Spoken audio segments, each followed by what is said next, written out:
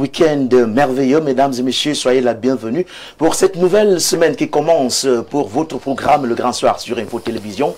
Et nous allons entamer cette semaine avec des réflexions qui vont dans le sens à faire que le Cameroun, en sorte que le Cameroun reste et demeure debout. Nous allons inévitablement, et comme vous le savez, continuer dans la lancée présidentielle avec l'élection d'octobre 2025. Donc d'ici quelques semaines, nous allons justement élire le président, celui-là qui sera appelé à conduire sa destinée, le Cameroun, pour les 7 prochaines années.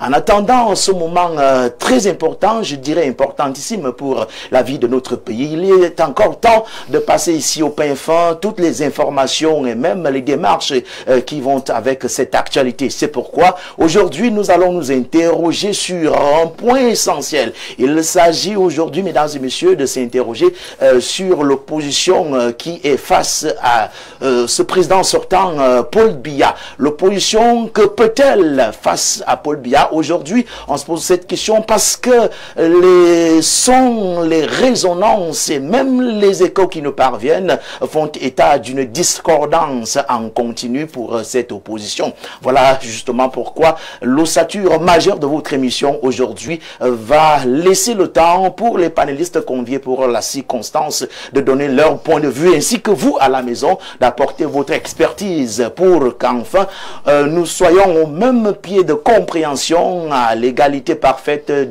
du discernement de cette situation que nous réserve l'opposition camerounaise jusqu'à date. À côté de cela, mesdames et messieurs, nous sommes justement choqués de constater depuis un certain temps l'avancée des agressions et même des meurtres sur l'étendue du territoire national. On peut parler de Yaoundé, on peut parler de Garoua, on peut parler de Douala et toutes les autres villes. Aucune n'est épargnée pour cette situation ô combien lamentable où nous voyons une personne qui se lève le matin, arriver le soir, on vous dit que celle-ci n'est plus. Pourquoi? Parce que pour avoir été emportée, enlevée, tuée par des hommes sans foi ni loi. Voilà en tout cas les deux arrêts majeurs de votre émission de ce soir, le grand soir de ce soir. Juste ce petit rideau et je prends mes convives de ce soir.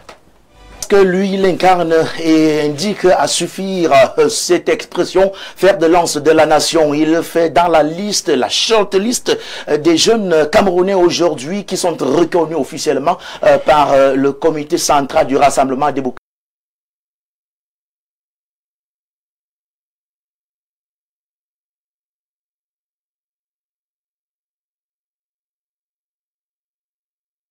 Soir de ce soir. Je voudrais, mesdames et messieurs, souhaiter la bienvenue à Jacques-Léonce Awana. Bonsoir.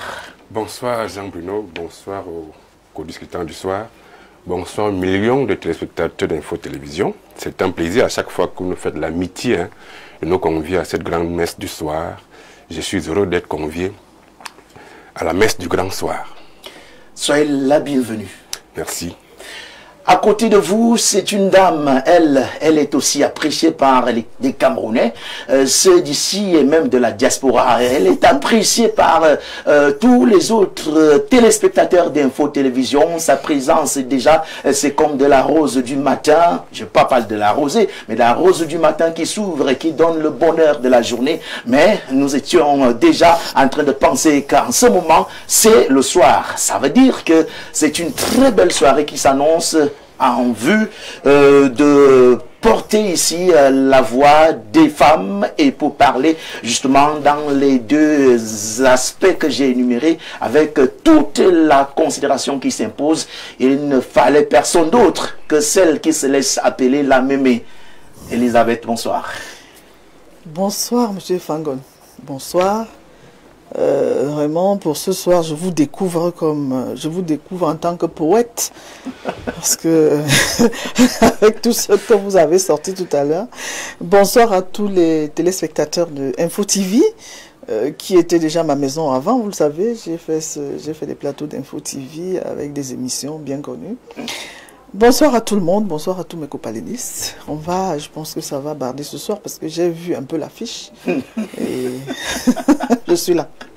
Comme on dit à Angelmandouga, comme on dit à Damas, ça va aller vite. Merci. Pour continuer justement, et en espérant que le 5e invité va nous rejoindre sur ce plateau, je voudrais déjà accueillir celui-là qui, il y a à peine 4 jours, était le coordonnateur national des activités du parti politique appelé à part. Mais aujourd'hui, il s'est mis à part lui-même. Il s'agit de Brice Momo, pas à part pour le Grand Soir, parce qu'il est présent ce soir. Bonsoir. Bonsoir Jean-Bruno, bonsoir à tous les téléspectateurs de Grand Soir. Je suis à part aujourd'hui, individuellement, et je fais partie de ceux des Camerounais qui pensent que la démission est une bonne chose quand ça ne va pas. On ne doit pas insister quelque part pour faire plaisir aux yeux ou bien à qui que ce soit. Donc apprenons à démissionner. Ce n'est pas du vagabondage, comme disent certaines personnes. C'est juste des décisions d'un homme. Quand tu vas quelque part, il y a des principes. Et quand ce n'est plus ça, il faut se retirer. Est-ce qu'on peut mieux comprendre ce qui s'est passé? On pose aussi cette question à Ligue Informant.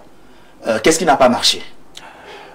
Ce qui n'a pas marché, je ne veux pas rentrer dans un procès parce que le président d'APA est d'abord un ami.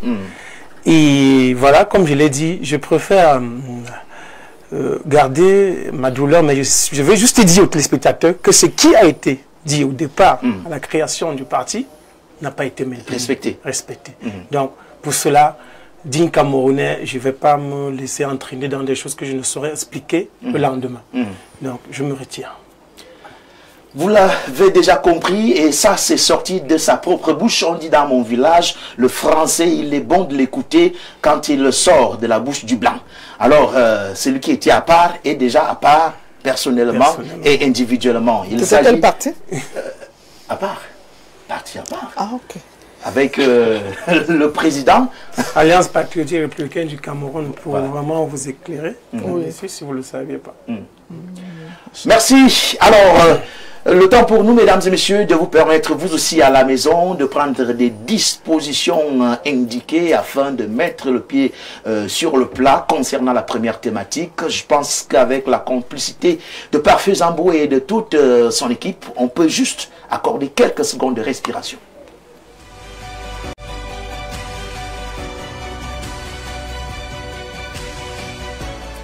Le 12 octobre prochain, les Camerounais vont aller dans les urnes choisir qui va conduire notre pays à sa destinée pour les prochaines années. Mais en attendant, il y a des voix qui se lèvent pour parler justement de ceux qui sont appelés à concourir pour ce poste. Et à ce jour, on est en droit de comprendre et de s'interroger à la limite qu'est-ce qui n'arrive pas à donner et pourquoi ça ne donne toujours pas ici au sein de l'opposition. Alors, la question, elle est fondamentale. Est-ce que l'opposition actuelle peut peut-être vaincre le candidat naturel, le candidat le puissant du Rassemblement démocratique du peuple camerounais? Je vais commencer tout simplement par poser cette question à celui-là qui aujourd'hui est à part. Peut-être qu'avec son déroulé, on pourra peut-être comprendre s'il est déjà quelque part. Brice, je commence par vous. Voilà, je voulais sortir de la part et qu'on parle de la thématique. Je suis aujourd'hui un politicien un peu libre, observateur. Voilà. Actuellement, observateur. Donc, s'il faut revenir sur votre sujet dont vous évoquez, si pour répondre à cette question. Et vous êtes mieux placé, parce que étant à part. Oui, l'opposition actuelle de ce jour, de ce lundi, ne pourra rien faire face au système. Aussi cruellement comme ça? Rien du tout. De ce soir, je ne sais pas ce qui va se passer à minuit. Oui. Si c'est l'opposition d'aujourd'hui, c'est pas possible parce que nous connaissons tous les tares, les problèmes du RDPC. On connaît depuis longtemps que le RDPC gère mal le pays. Bon, mais à nous alors, je l'ai dit quand j'étais à l'époque trésorier de l'ATP, qu'il y avait un sérieux problème. Celui du mois. Il faut un changement, mais passant par moi. Si ce n'est pas Brice Momo, on laisse. Et on se retrouve là, aujourd'hui, sur le même point. On ne va pas soutenir tel parce qu'il m'avait insulté hier, parce que sa femme était bleue, parce que je ne sais pas si à la fin, on pense aux Camerounais. Si on veut revenir à chaque fois sur la table, qu'en 92, tel avait fait ci, en 2018, tel autre a fait tel ceci. Non, le peuple camerounais a besoin qu'on fasse table rase et qu'au moins, on dise demain, ils ont essayé. Ils ont essayé, pour moi, c'est un candidat de consensus ou bien d'aller au moins en serré. Mais je pense que si on va comme on est en train de, comme ça se dessine, non, je ne peux pas rêver une victoire de l'opposition au soir du 12 octobre. C'est pas possible. Oui, ça c'est votre premier jet. Je commence aussi à vous comprendre parce que ça, c'est une lecture, je voudrais dire, bien ouverte. Vous avez défini cela en ces temps précis, en disant que pour ce lundi, c'est-à-dire les échos que vous aviez et que vous avez jusqu'à présent, vous laissent croire que il n'y a rien à se mettre sous la dent côté opposition. C'est votre avis, Ablavi? J'ai l'impression que vous me testez même souvent. Je vous ai dit l'autre jour que il n'y a personne devant. Je vous l'ai dit, j'ai été clair là-dessus. Il n'y a personne. Qu'est-ce quand vous voyez une opposition déjà en lambeaux? L'opposition, parce que quand on parle d'opposition, on parle de tous les partis qui sont regroupés dans le même panier, mais ils sont dépiécés. Je vois, ils écrivent souvent RDPC, c'est plus eux qui sont dépiécés.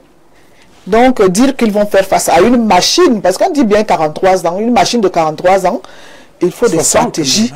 Hein? 60, on dirait. Voilà. Plus à Idion. Il faut une stratégie lourde. Il faut des machines lourdes. Et il faut des personnes qui réfléchissent. Mais là, devant nous, là, parce qu'on fait on fait encore la politique du ventre. J'ai pris 5 000 à tel, j'ai pris 5 millions à tel, j'ai pris 1 milliard à tel, j'ai pris... On est encore dans ce jeu-là. Où est-ce que vous voulez qu'on arrive? Et la machine du RDP, c'est une machine lourde, forte. Non seulement ça, ils ont ce levier-là, ils ont le levier gouvernemental. C'est eux qui sont au gouvernement. Vous voulez passer par où?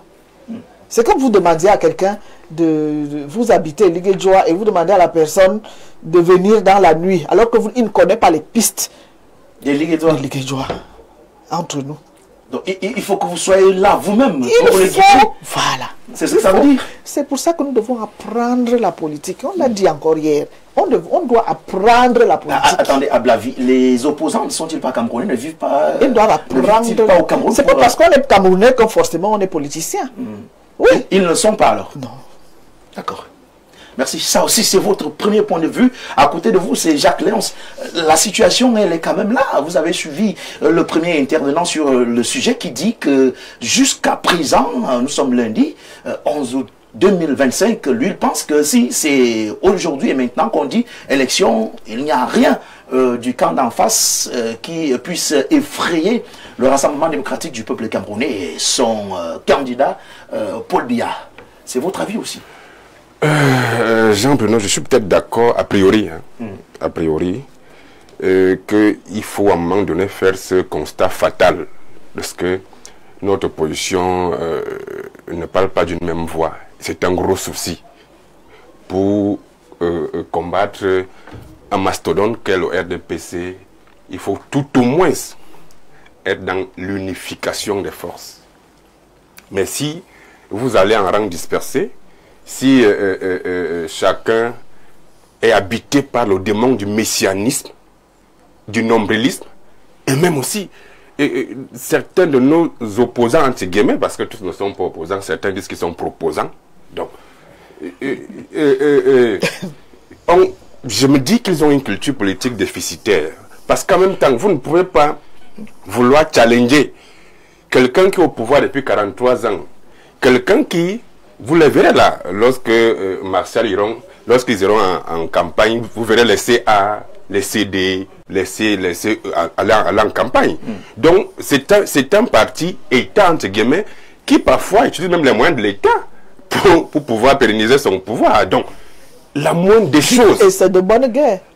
La moindre des choses aurait été pour notre opposition d'unir les forces. Les forces matérielles d'abord. Unir les forces matérielles.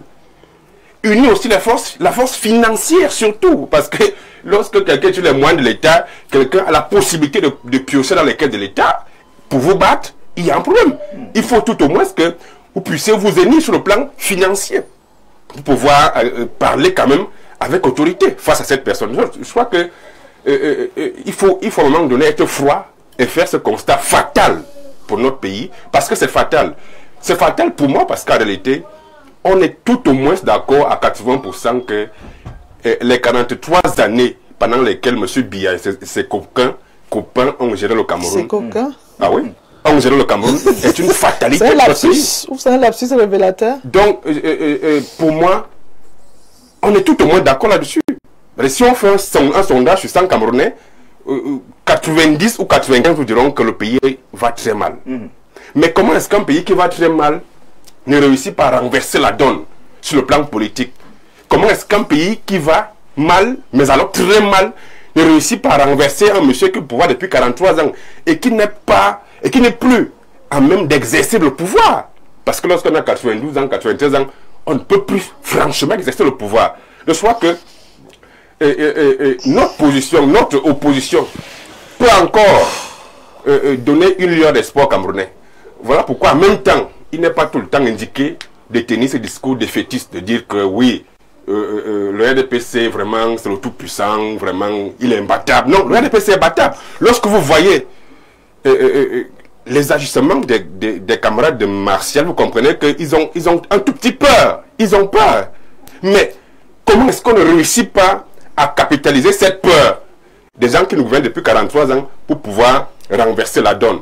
Je crois que notre opposition peut encore, on a encore quelques temps, ils peuvent encore se mettre ensemble. Je parle beaucoup plus d'unification des forces financières. Parce que lorsque vous avez affaire à quelqu'un qui a la possibilité à tout moment de piocher dans les caisses de l'État pour vous combattre, vous devez vous mettre ensemble sur le plan financier pour pouvoir parler quand même face à cet adversaire. Je crois qu'il y a encore une lueur d'espoir. Il faut pas tout le temps. Oui, il y a une lueur d'espoir. Voilà pourquoi je dis que tout le temps, il ne faut pas tenir ce discours défaitiste qui conforte le RDPC, qui dit oui, le RDPC est imbattable. Non, le RDPC est battable. Le RDPC est même devenu très fébrile. Lorsque vous voyez sa façon d'agir, vous comprenez qu'il y a une certaine fébrilité qui plane dans l'air, mais que notre opposition n'arrive toujours pas à exploiter. Voilà. Il se trouverait, Martial Bessala, que comme les deux premières réactions vous ont donné tout le plateau, et aujourd'hui, Jacques Léonce, lui, il met une certaine nuance en disant qu'effectivement, le Rassemblement démocratique du peuple camerounais reste battable. Il suffit juste que l'éveil soit du côté de l'opposition et tout de suite, on peut oublier. Mais entre-temps, il évoque certaines situations en rappelant pour lui que vous avez tous les moyens nécessaires à votre avantage. Et c'est cela qui, aujourd'hui, peut laisser croire que l'opposition ne peut rien. Mais alors, aussi, le silence de celle-ci, pour parler de l'opposition, qui reste sans trop savoir parce que la discordance s'y imposant. Je commencerai par dire que le RDPC est un parti politique normal. Comme tous les autres partis politiques, nous, en interne, nous ne nous sommes jamais sentis supérieurs à un quelconque autre parti politique. Nous n'avons jamais sous-estimé un adversaire. Nous allons à cette élection au même pied d'égalité que tous les adversaires, selon nous, et nous pensons que tous les 12 candidats ont la possibilité ou la chance de remporter l'élection. C'est pour cela que le RDPC, sachant qu'il n'est pas aussi fort que cela, a commencé à préparer son élection présidentielle 2025 dès le lendemain de l'élection, la proclamation de la victoire de notre candidat en 2018. Donc nous n'avons pas attendu 2025, quelques jours avant l'élection, pour se dire que on va s'unir, on va chercher les moyens, on va chercher les alliés. Alors le RDPC est donc un parti qui prépare son élection de manière sereine. Contrairement à tout ce que j'entends ici sur ce plateau, le RDPC n'a pas peur des élections. Le RDPC est un parti qui a la plus grande expérience en termes de participation à l'élection présidentielle au Cameroun actuellement. Et ce capital expérience-là, nous allons l'utiliser, l'exploiter pour pouvoir remporter l'élection de 2025. Donc nous sommes sereins, puisque nous ne sommes pas des candidats à une élection mal préparée, nous sommes bien préparés.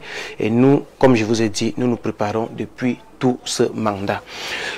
Maintenant, quand je le dis, j'aimerais dire également que nous sommes à la veille d'une élection présidentielle très importante Et le RDPC, qui est notre parti, mesure les enjeux, mesure le contexte et est bien conscient de la demande politique qui est proposée et qui est présentée par le peuple camerounais. Le marché politique étant comme le marché normal, c'est-à-dire qu'il y a l'offre, il y a la demande, le RDPC, le moment de la campagne, vous présentera quelle est son offre politique pour la destinée du Cameroun.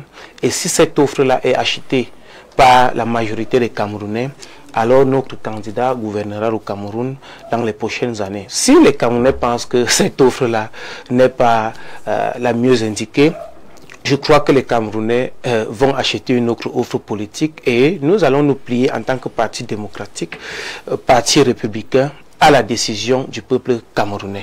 Donc nous ne sommes pas dans une histoire où nous pensons que... Donc, Martial, il arrive souvent des moments au RDPC de penser que ça peut aller ailleurs?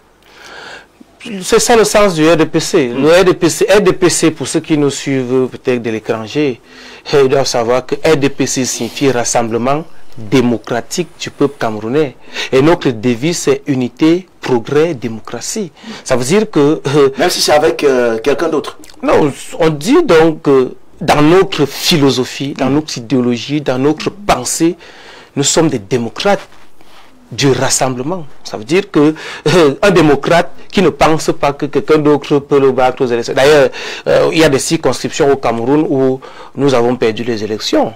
Est-ce que de ce côté, nous ne sommes pas, nous avons arrêté de vivre là-bas? Non, nous vivons et nous avons des maires qui ne sont pas du RDPC, qui sont les maires de nos camarades qui sont là. Oui. Voilà, donc le RDPC est un parti. C'est pour ça que j'ai toujours l'habitude de dire aux gens, nous avons eu la chance au RDPC d'avoir un leader qui arrive au pouvoir en 1982 avec une philosophie qu'on appelle un mouvement qu'on appelle le renouveau national. Et ce renouveau, il a placé sur 5 piliers. Et l'un des piliers, je le dis toujours, en 1982, est la démocratisation de l'espace public.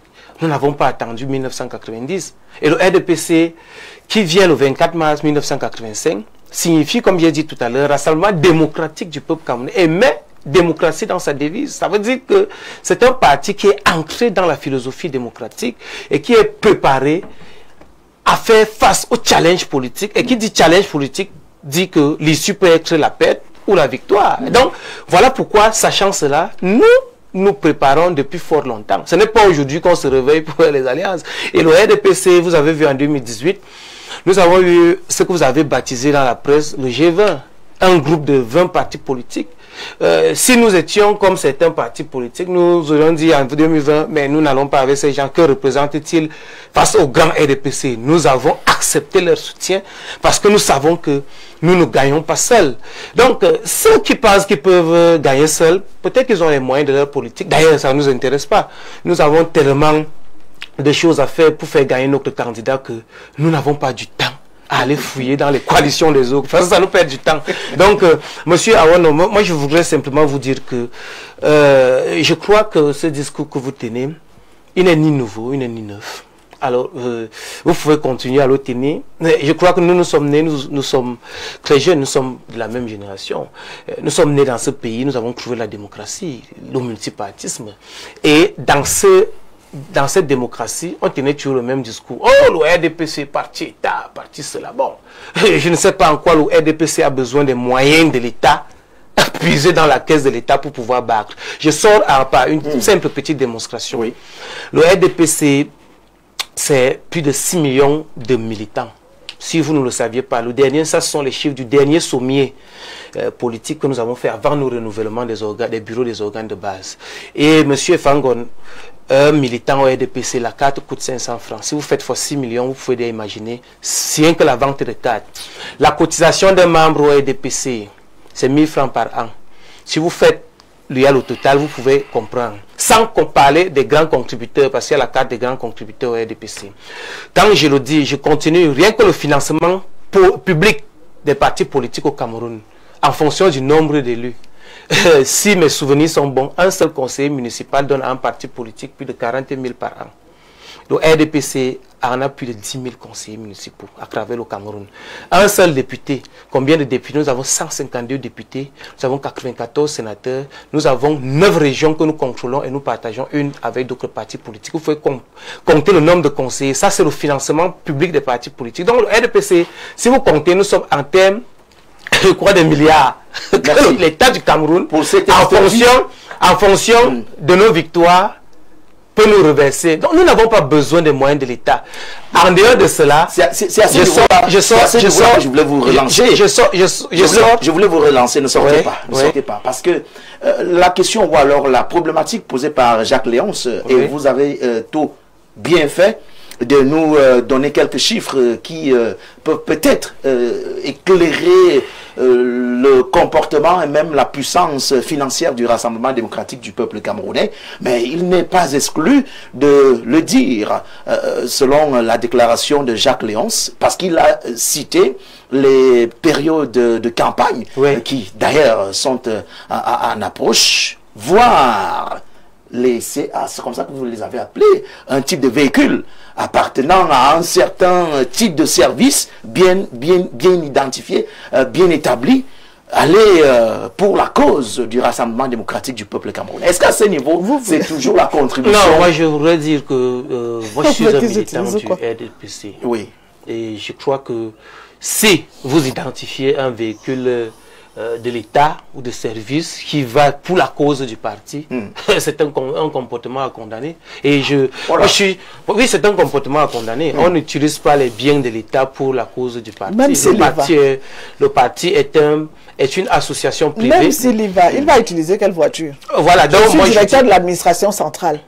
Donc moi je dis, il doit utiliser quelle voiture? Je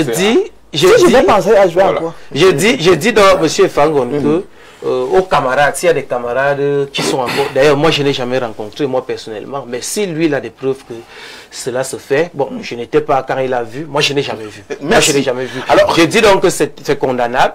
Je sors par là, si vous me permettez. Allez-y, allez-y. C'est condamnable. S'il y a des camarades qui le font, ils doivent arrêter de le faire. Parce que les biens de l'État ne sont pas les biens. Et c'est la philosophie du RDPC. C'est-à-dire que le RDPC est un parti qui sait faire la distance et la distanciation entre le parti et l'État. Voilà pourquoi, moi, sur ce plateau, je représente le parti, vous avez précisé.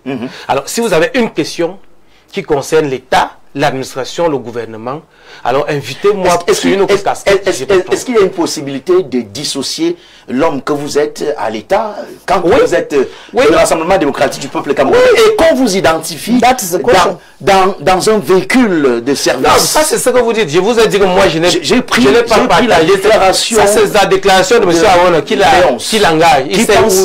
Qui pense que c'est une vérité vérifiable. Selon lui. Mais vous n'allez pas m'imposer sa vérité. Non, ce que je n'ai jamais vu. Voilà, je n'ai jamais vu, je n'ai jamais rencontré.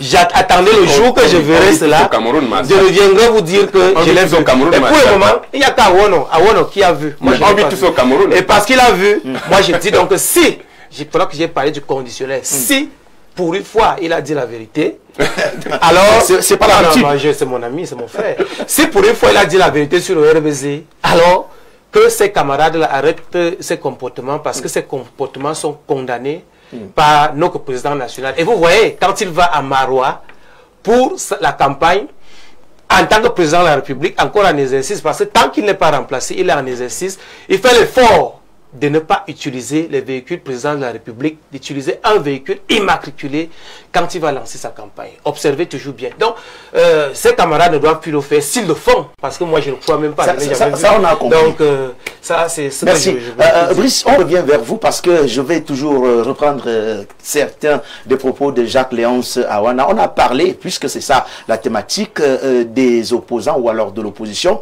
Il transforme le mot que ce sont des proposants. Est-ce que ce n'est pas ça aussi qui aujourd'hui semble diluer ce que certains, un bon nombre de Camerounais attendent comme réponse efficace à la situation que traversent certains au détriment de ce que peut être et faire le Rassemblement démocratique du peuple camerounais? Est-ce que ce n'est pas peut-être ça le problème, qu'au sein de cette opposition, il s'y trouve des pions et même des espèces de proposants pour rester dans et respecter l'expression de Jacques Léonce? Je voudrais commencer en disant à mon jeune frère du RDPC que ce n'est pas parce que nous constatons les failles et les défaillances de l'opposition qu'il va essayer de nous faire croire qu'ils sont démocrates et que tout ce qu'ils font, c'est...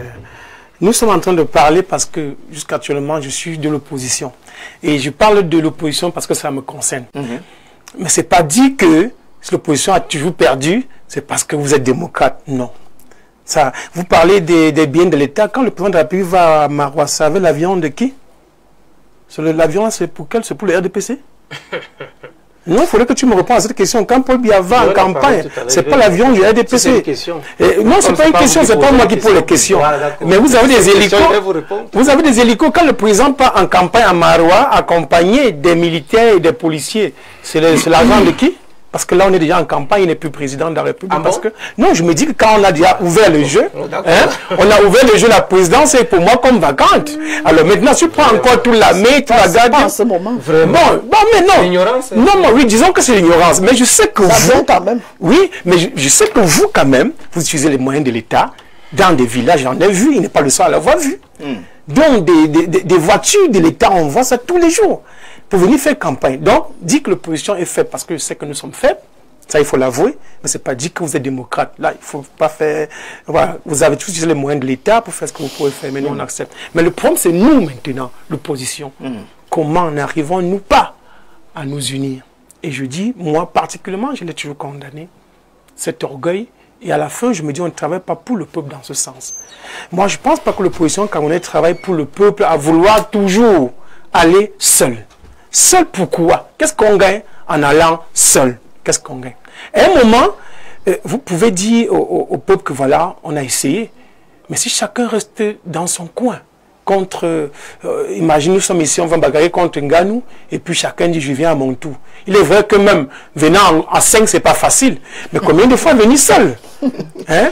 Imaginez-vous, on vient sur les 5 sur ce plateau. Si on vient à 5, on peut quand même, pendant qu'il regarde devant, un autre peut donner un coup à gauche ou à droite. Mais moi seul, contre Nganou, je ne peux pas. Donc j'appelle l'opposition camerounaise à faire un effort, un souci d'orgueil. Je vois à Fumban depuis 2-3 jours, on s'est réunis, on n'arrive pas à dire qui va être candidat, qui va représenter tel. Vraiment, ça fait mal. Et ça décourage moi à la fin dans le combat. C'est ça qui énerve même des Camerounais. Ils disent toujours, pourquoi vous ne vous unissez pas? Quand tu parles à un Camerounais, pourquoi un Camerounais lambda de la rue te dit, pourquoi? Parce qu'il ne comprend pas cet égo. Qu'on n'arrive pas à dire, le RDPC, ok, unissons-nous, on dit que l'union fait la force. Unissons-nous un peu, allons voir. C'est qu'on peut essayer de faire contre, comment dirais-je, cette machine. Je dirais une machine. Parce que je me souviens en 2018, je représentais un parti dans un département que je ne vais pas citer. Et puis, à 8 h le matin, j'ai placé tous les scrutateurs. Vers 10 h, je reviens, il n'y a plus personne. Ah bon? Oui. Bon, parce que les 80%... Ils sont allés au Tchapalou. Bon, où est-il? Il allait faire pipi. Bon, pipi, là, je suis resté là pendant 2 heures, le gars n'est plus jamais revenu. Mais à la fin, j'ai compris qu'ils avaient en face des représentants des bureaux de vote qui étaient des personnes, des personnalités de la ville, qui l'ont seulement dit, ah, bonjour monsieur Momo, comment tu vas? La démocratie est bien. Bon, vous voulez que le président parte, mais c'est bien. Et puis, comment va ta boutique? Cette question-là, elle est suffisante pour que le gars... Pour faire tes bagages. Pour qu'il comprenne qu'après ça, hein, comment vont tes marchandises? Ça se passe bien? Bon, oui, c'est la démocratie. Hein, nous sommes... Hein, bon, c'est pas... Vous voyez cette intimidation. Et puis, s'il était comme ça, dans une union de l'opposition, il ne serait pas seul. Il ne serait pas seul dans ce bureau. Ou bien dehors, il devait avoir au moins 10 autres personnes représentantes du parti à l'attendre. Et lui dit, ne quitte pas, nous sommes là. Mais quand vous mettez un garçon dans un village où il se retrouve seul comme ça, là, dans un bureau, et puis on parle même pas, toi, il ne comprend pas, il est seul, il a peur. J'en ai vu parce que j'ai tellement... je dis l'opposition doit s'unir. Et cela permet que dans certains bureaux, les gens ont peur, qu'on essaye de faire un peu une masse. J'ai entendu dire, non, au soir des élections, on va faire des captures. Où? Il y a des bureaux où, toujours, exemple, j'ai laissé un gars dans un bureau, très loin dans un village, très loin. Quand je reviens à 13 h pour lui donner à manger, c'est un gars de mon village, il me dit en patois, amène-moi. Je ne peux plus rester ici. C'est en patois, en langue. Amène-moi, il faut qu'on rentre. Je dis quoi? Il dit non, non. Il sort du bureau, il me dit, il va partir avec moi. Parce qu'il a été tellement... C'était quoi? Il avait faim, il avait... Je suis venu lui donner à manger, j'avais sa nourriture. Il est fatigué? Non. C'est quoi le problème? Parce qu'il a parlé en votre langue. Oui. On peut partager... Oui, c'est dans un bureau où, sur les 5 membres du bureau, étaient tous, en fait, causaient un même dialecte, dont lui ne comprenait pas. Et c'est ça qui lui a fait jeter l'éponge? À un moment, posez-vous la question, dans un bureau, un électeur vient une fois chaque 3 heures de temps. Vous êtes comme ça dans un village. Et puis on t'a pris de Yaoundé, peut-être pour Meyomé ça, comme scrutateur. Et personne ne te dit rien. Parce que les intimidations, c'est pas trop te menacer. Hein. Est-ce que tu as c'est stratégique. Non, nous sommes sur cette table, on parle des élections. Oui. Monsieur, voilà, tel a voté, est-ce qu'il a mis de l'encre? On ne te dit rien. Mais vous n'avez pas Dieu pour voir ce qui se passe? Non, vous ne comprenez pas. Vous pouvez imaginer quoi là maintenant quand des gens venus faire le même travail que vous ne vous disent aucune parole, aucun mot. Il faut juste comprendre qu'on est en face d'un mastodonte. Il faut comprendre maintenant que c'est comme si tu es en face de ses adversaires. Tu parles, on ne te répond pas, on dit en patois, c'est qu'on peut dire. Un petit serpent. Et puis, le gars, mais je dis, dans cette union, si dans cette coin, ils étaient 2, 3, 4, il aurait trouvé quand même des gens à qui dire qu'est-ce qui se passe, ou bien même quelqu'un. Donc je dis, l'opposition camerounaise peut battre le RDPC, comme a dit mon ami, mon cher petit frère, mais il faut s'unir. Une seule personne seule ne pourra faire face au RDPC. Bon, mon jeune me dit, dès 2018, nous préparons les élections en 2025. C'est faux, parce que c'est toi qui parles de G20. Vous avez attrapé le G20 en quelques mois, c'est quelques semaines des élections. C'était pas un truc préparé d'avance. Vous les avez croisés seulement en route comme ça. Et comme vous allez le faire encore tout de suite là, on va voir des partis à Jouji-2 qui deviendront vos alliés. Parce que votre machine, comme on l'a dit, financière, vous calculez l'argent que vous avez dans votre parti. Moi, je ne pense pas que c'est largement suffisant. Oui, que c'est largement suffisant pour mener une campagne, celle que vous faites quand même. Marcel, vous allez prendre la parole tout à l'heure. L'opposition camerounaise... J'ai dit, vous allez prendre la parole. Soyez patient. L'opposition camerounaise va mal, mais ce n'est pas dit que vous êtes démocrate. Ça, je ne veux pas vous le donner cette... Oui, je ne peux pas dire ça. Vous n'êtes pas démocrate. C'est bien que l'opposition vous donne des brèches pour gagner. Alors, je me retourne plutôt vers Jacques-Léon Sawana parce que j'ai posé la question en prise. Et vous, c'est vous l'auteur sur ce plateau de cette expression. On parle des opposants, mais vous avez plutôt déduit cela en proposant. Des proposants. Qu'est-ce que ça veut dire? Est-ce que ce n'est peut-être pas aussi là, je voudrais parler de l'élément barrière d'une opposition aujourd'hui inerte, d'une opposition qui est amorphe, d'une opposition qui ne fait pas justement la résonance dont veulent certains Camerounais pour faire face au RDPC. Vous êtes mieux placé pour nous expliquer à quoi retourne cette expression. Ah oui, c'est un problème, Jean-Benoît. J'ai dit ici que nous sommes encore malheureusement dans un pays où les gens ont une culture politique déficitaire. Même nos proposants, beaucoup y vont à la recherche de la rente. Beaucoup y vont seulement pour ne plus avoir faim. Pas pour faire de la politique. C'est légitime. Hein? Non, c'est pas légitime du tout. On ne va pas en politique pour ne plus avoir faim. Comment vous pouvez dire ça? C'est pas possible.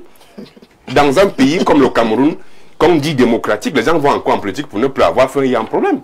Et le RDPC a cette manie, vous voyez, de savoir dénicher dans notre opposition, entre guillemets, ce type de personnage. Voilà. Cette opposition de façade qui tout le temps sera en train de servir ses objectifs. Et ils s'en délectent. Ils aiment bien ce type de personnes-là. Et dans notre opposition, mon frère a parlé du jeu, tous sont des politiciens qui... Des proposants. Oui, proposants, mais des politiciens qui ont seulement cherché à ne plus avoir faim. Bon, moi, je n'ai pas dit ça. Des gens, moi je dis que voilà. Ceux qui font partie du G20 là, qui ont rejoint le RDPC là, et ceux qui vont le faire même cette année là, c'est des proposants qui ne cherchent qu'à ne plus avoir faim. Parce que dans un pays, je l'ai démontré ici. Je veux représenter quoi d'ailleurs? Dans un pays comme le Cameroun, où on est tout au moins d'accord que les 43 années de M. Biya et ses amis ont été, pour beaucoup de Camerounais, un passage dans la souffrance. C'est-à-dire que les Camerounais ont senti la souffrance dans leur chair. Jean-Bruno, lorsque vous marchez en route, vous ne pouvez pas dire bonjour en Camerounais, vous répondez facilement. C'est quoi le problème? Parce que les Camerounais sont frustrés. La gouvernance de M. Biya a frustré les Camerounais au niveau. Les gens ne sont plus polis, les gens ne sont plus courtois. Vous dites, dès que vous entrez dans un taxi, Jean Bruno, vous dites bonjour, personne ne répond. Parce que les gens vous disent donc que ça ne donne pas l'argent, ça ne donne pas à manger.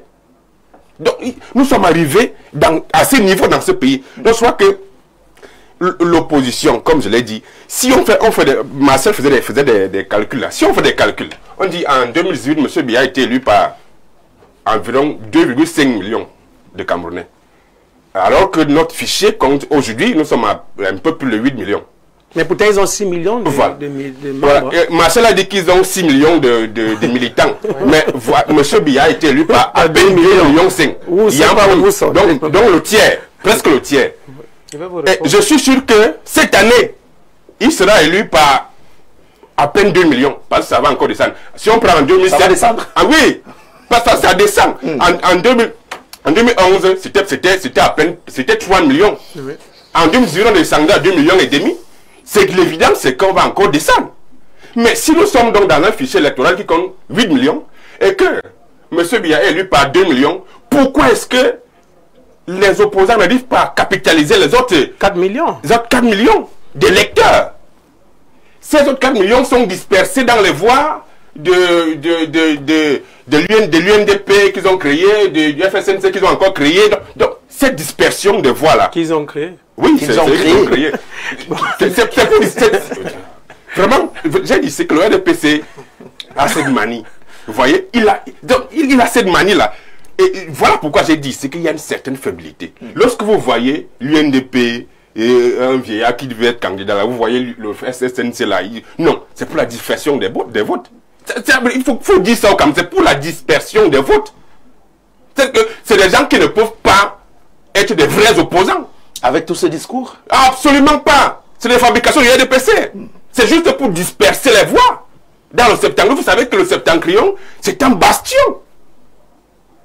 Et le RDPC s'entend que ces pierres septentrions étaient un peu en train de balancer. Il fallait donc créer ces ruptures-là pour essayer de disperser les voix.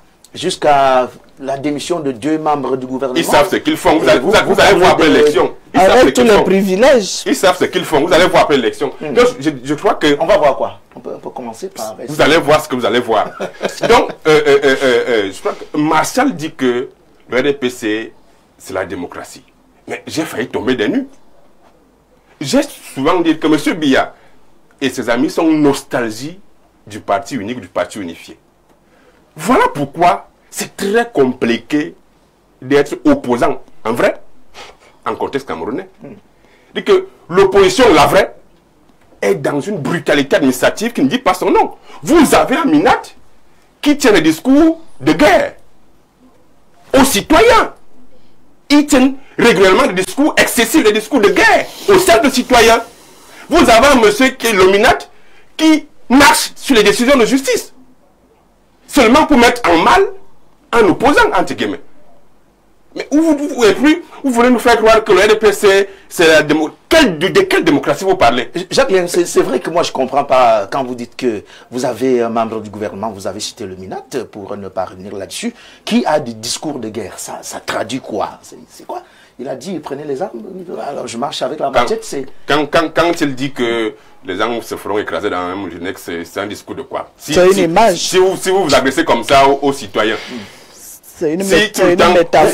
C'est une métaphore. Appel à l'ordre. C'est une métaphore, tout simplement. C'est une façon de parler. Et puis, bon, ben, je pense même que le Camerounais a besoin de ça. Non, on n'a pas besoin de ça dans l'état démocratique. On a besoin de ça. Oui, on a besoin de ça. Au moins, lorsqu'on est une personnalité... On aura le second sujet tout à l'heure.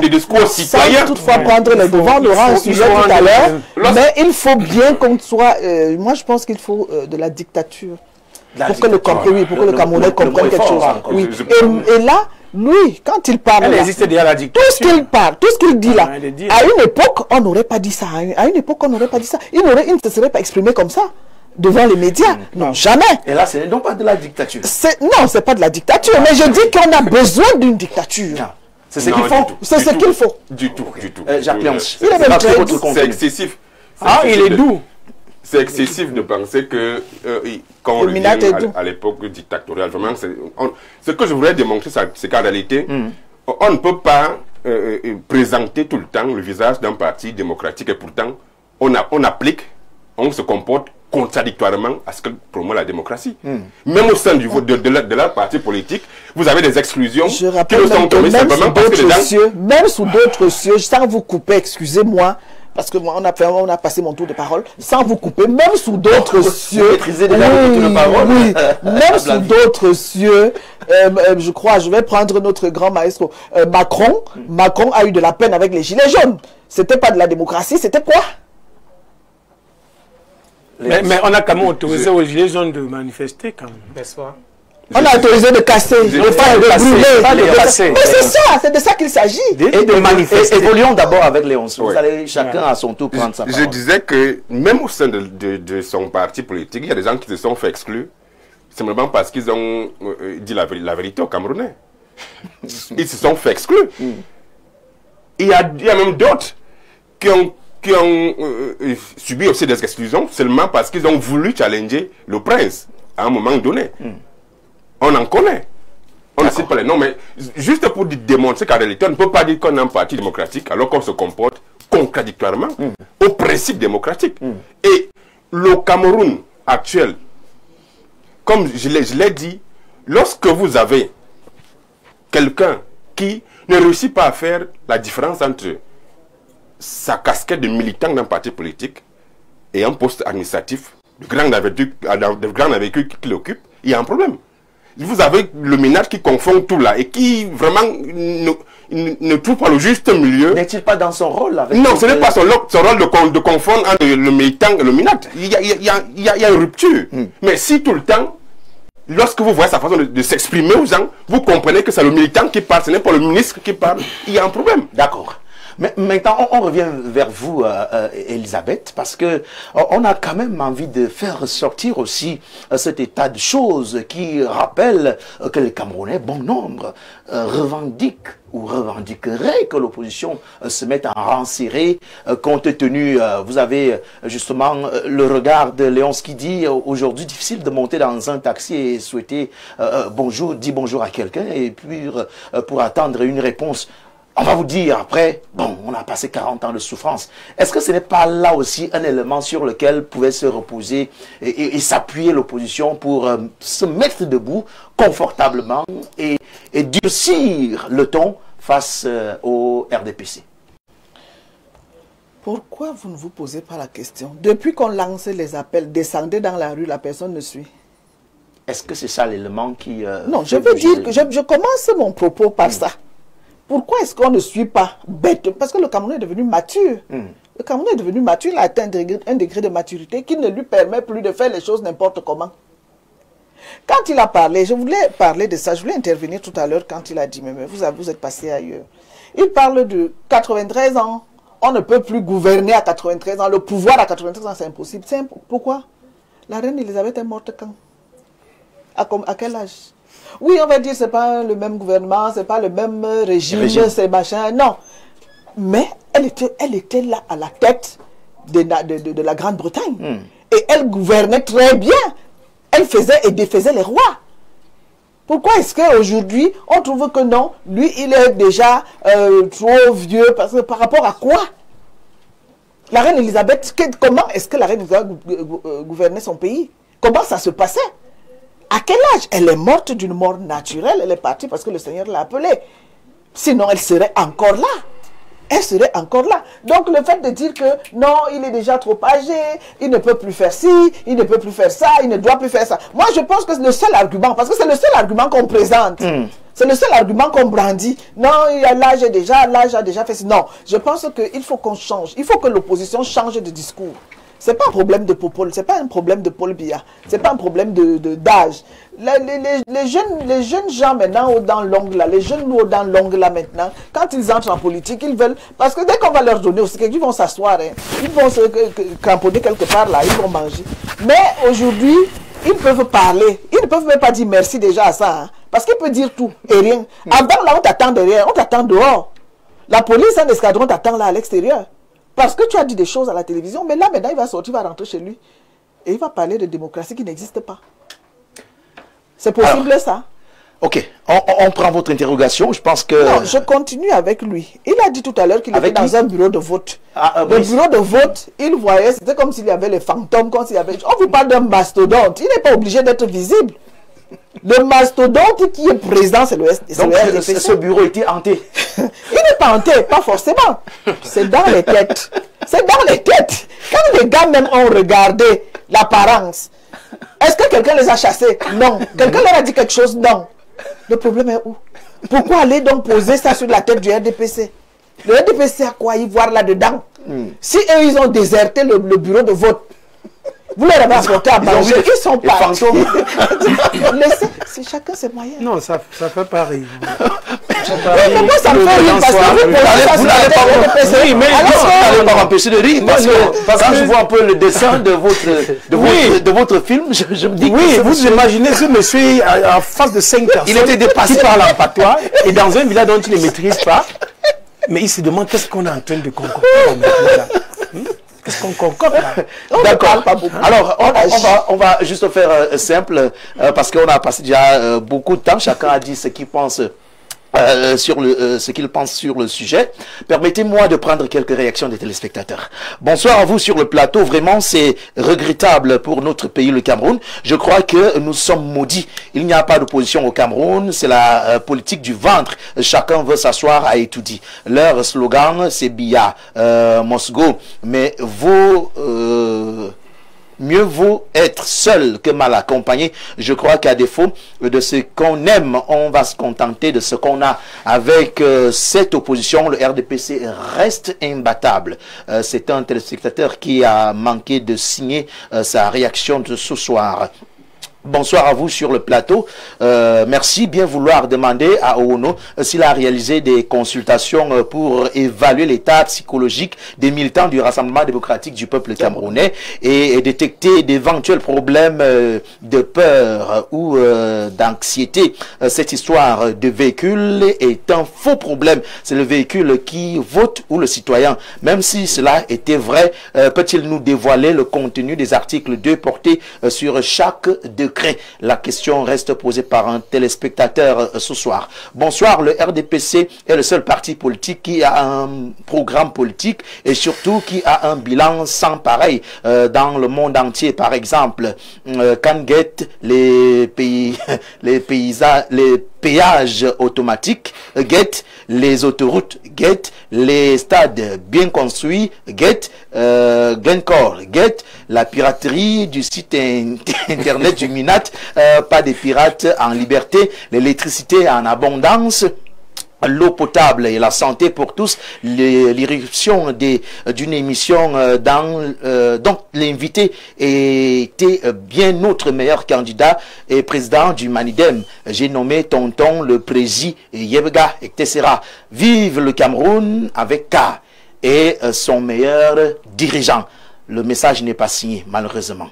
Bonsoir à vous sur le plateau du Grand Soir. Sur la question posée, je voudrais dire que l'opposition peut démasquer les faux opposants, mettre les véritables opposants ensemble autour d'un projet commun et d'engagement commun, rassurer le peuple par une communication harmonisée, être présent dans les bureaux de vote, libérer le Cameroun surtout, et surtout rester aux manœuvres de corruption et d'intimidation dont elle sera victime d'ici le 12 octobre. C'est Paul Penda qui nous écrit depuis Merci à vous très cher Paul. D'autres réactions, elles sont nombreuses. Malheureusement, on ne pourra pas toutes les évacuer. Bonsoir à tous sur le plateau, les panélistes. Vraiment un thème très important. Monsieur du RDPC en veste rouge.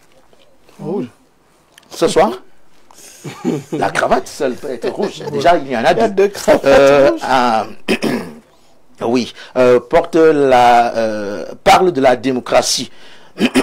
Pardon, il s'agit de la démocratie du Moulinex. La question est posée avec 3 points d'interrogation. Il faut savoir que chaque chose a une fin. Le pouvoir a une chute et un déclin et ça sera qu'une histoire. Pour la dame, nous ne sommes pas dans un royaume. C'est André depuis Yaoundé qui nous écrit. Oui, j'ai dit c'est une pluie de messages. Je voudrais continuer par présenter notre indisponibilité et incapacité de tout évacuer concernant les réactions des téléspectateurs, parce que là, nous avons aussi l'un de nos conviés de ce programme qui nous a rejoint. Ça nous laisse le temps de l'accueillir et de présager aussi une réaction de sa part sur le sujet. Quand on parle justement de cette thématique, nous allons recevoir le docteur Nyamsi qui est avec nous sur ce plateau. L'élection présidentielle d'octobre 2025 nous laisse, en attendant de voir si la réalisation pourra nous donner le temps nécessaire. On va plutôt revenir vers vous, Martial, parce que je vous vois brûler d'envie pour réagir. Vous ne pouvez pas dire que vous n'avez pas pris la parole. Vous avez refait un tour de table, je le fais. Vous l'avez maintenant. Voilà, merci. Vous l'avez. Donc j'aimerais commencer par dire que présenter mes excuses à ces présidents de partis politiques que vous avez baptisés le G20 en 2018, qui ont été copieusement insultés sur ce plateau. Je respecte ces leaders de partis politiques qui, aujourd'hui, je crois que ne méritent pas de telles insultes, surtout venant de quelqu'un qui est incapable d'assumer son appartenance à un parti politique. Donc, ces leaders de partis politiques, par solidarité sur ce plateau, moi je voudrais dire que je leur présente des excuses. Insulter ces leaders de famine et de tout ce que j'ai entendu ici, c'est très grave. Mais on comprend. On comprend. Vous savez, le populisme, chercher les likes sur Facebook, vous voyez que pendant que M. Aono parle là, il regarde les likes sur Facebook parce qu'on l'apprécie beaucoup. Beaucoup de courage. Si c'est ce que vous recherchez sur la scène publique, je crois que vous avez vos rétributions en direct. Mais je voudrais vous dire également que, Monsieur Momo, moi je ne parle pas de l'opposition. Je n'ai pas le temps, je vous ai dit de parler de l'opposition parce que le RDPC, nous sommes en lice pour l'élection présidentielle. Je parle du RDPC. Je n'ai pas le temps de parler de vous. Vraiment, organisez-vous ou ne vous organisez pas. Ce n'est pas notre problème. Nous nous préparons à remporter notre élection. Nous parlons de nous. Voilà pourquoi je dis donc vraiment, moi je n'ai jamais parlé de l'opposition et je ne parlerai pas de l'opposition. Le président de la République, pour l'édification de ceux qui nous regardent à la maison, le président de la République reste en fonction. Martial, oui. Il reste en fonction. Vous gardez la parole, oui. Juste pour une virgule. Ah, d'accord.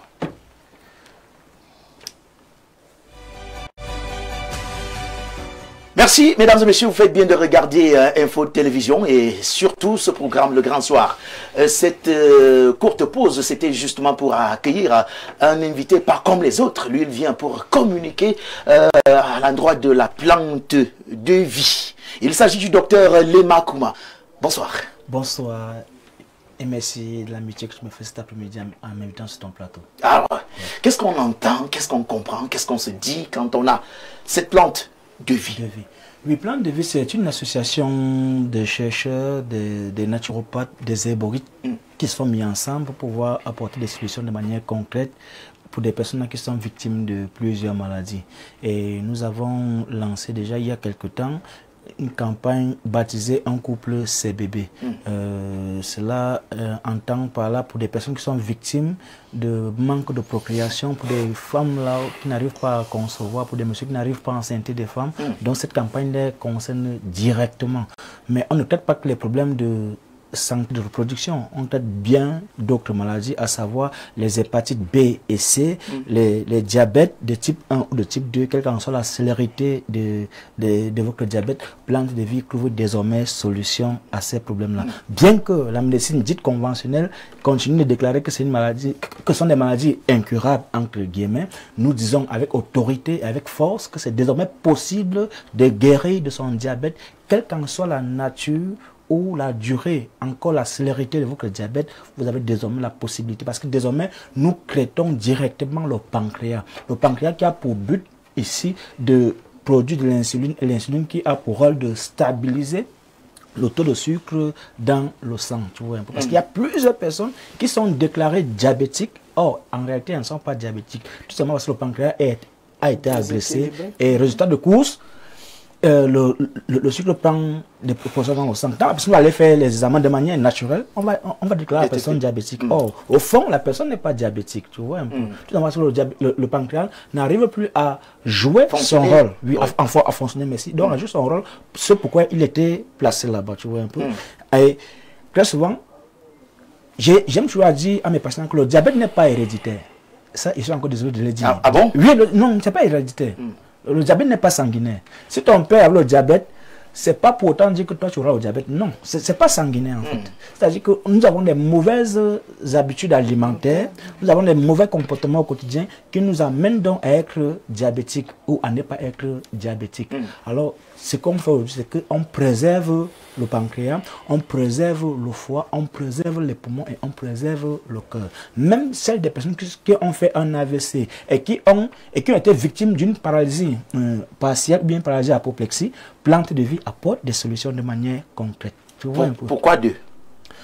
Pourquoi 2?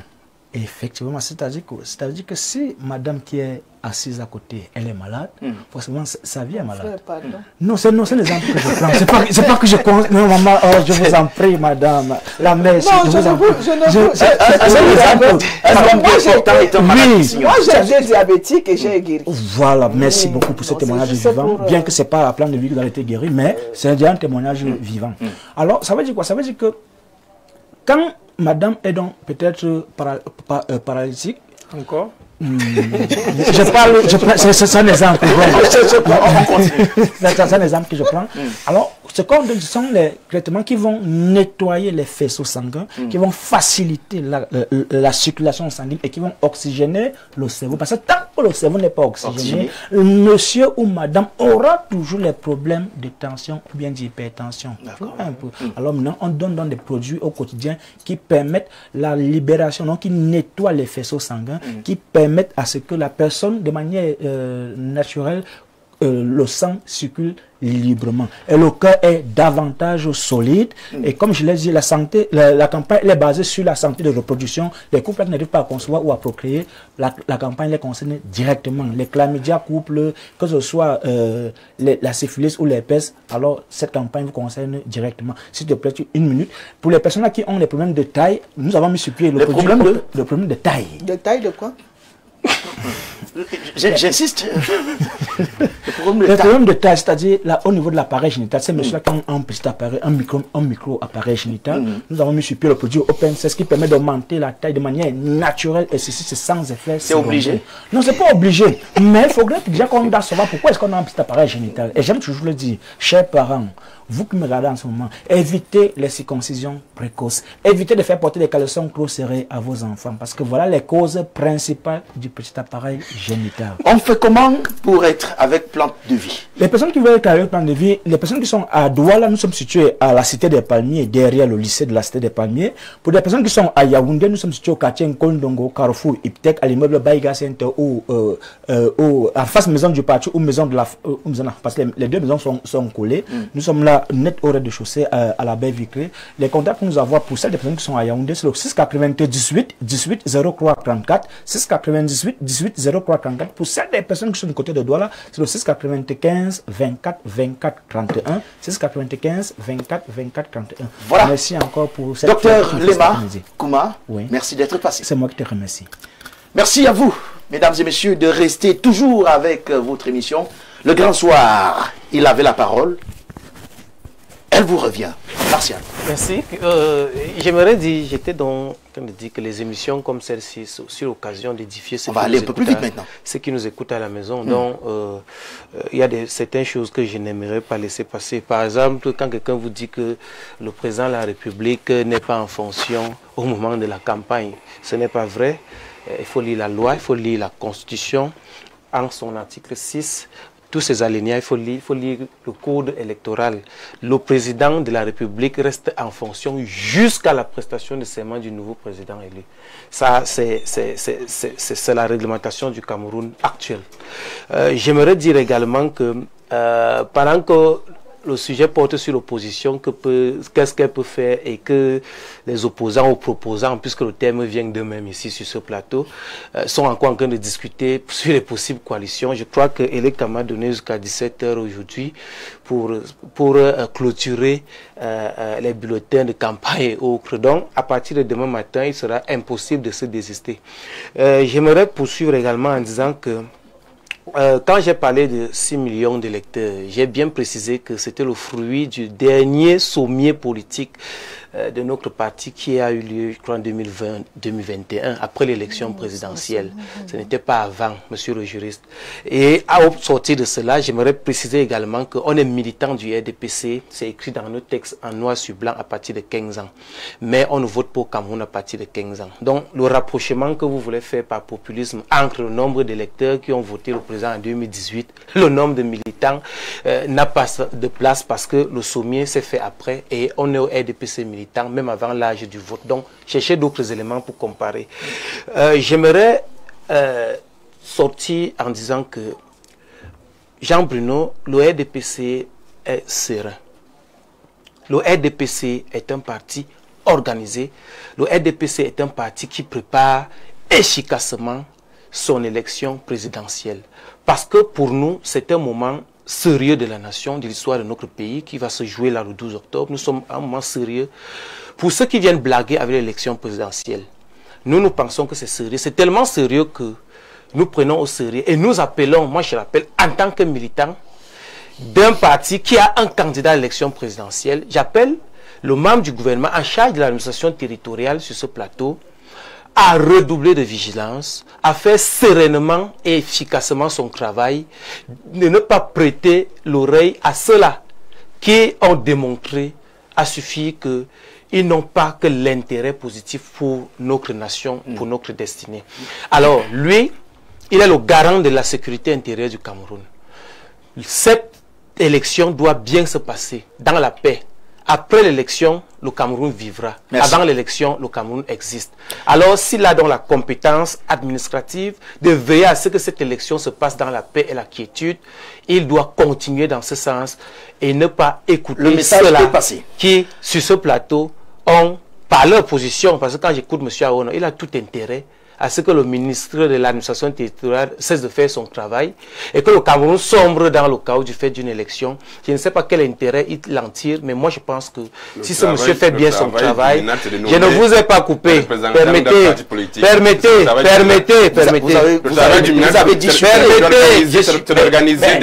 ne me permet pas de chuter. Moi je vous ai laissé le temps. Voilà, lui qui a dit que nous ne sommes pas démocrates, au moins nous le laissons parler. Lui qui est très démocrate ne supporte pas de laisser l'autre parler. Donc, pour dire que à monsieur le ministre de l'administration territoriale, qui certainement nous écoute ce soir, puisqu'il a voulu brouiller mon message. Aux jeunes, voilà.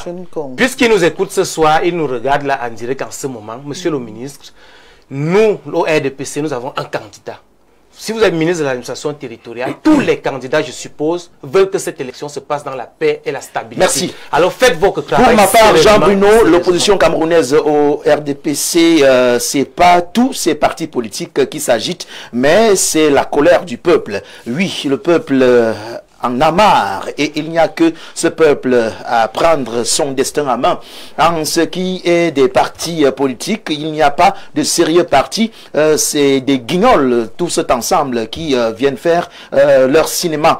J'ajoute Issa Tiroma Bakari à la colère et à la déception du peuple pour battre le RDPC après le rejet de sa candidature, la candidature, celle de Kamto. Il pouvait, avec les autres candidats, se rallier au jeune Cabral Libi, par exemple, pour le positionner comme leur candidat et aller face au candidat naturel du Rassemblement démocratique du peuple camerounais.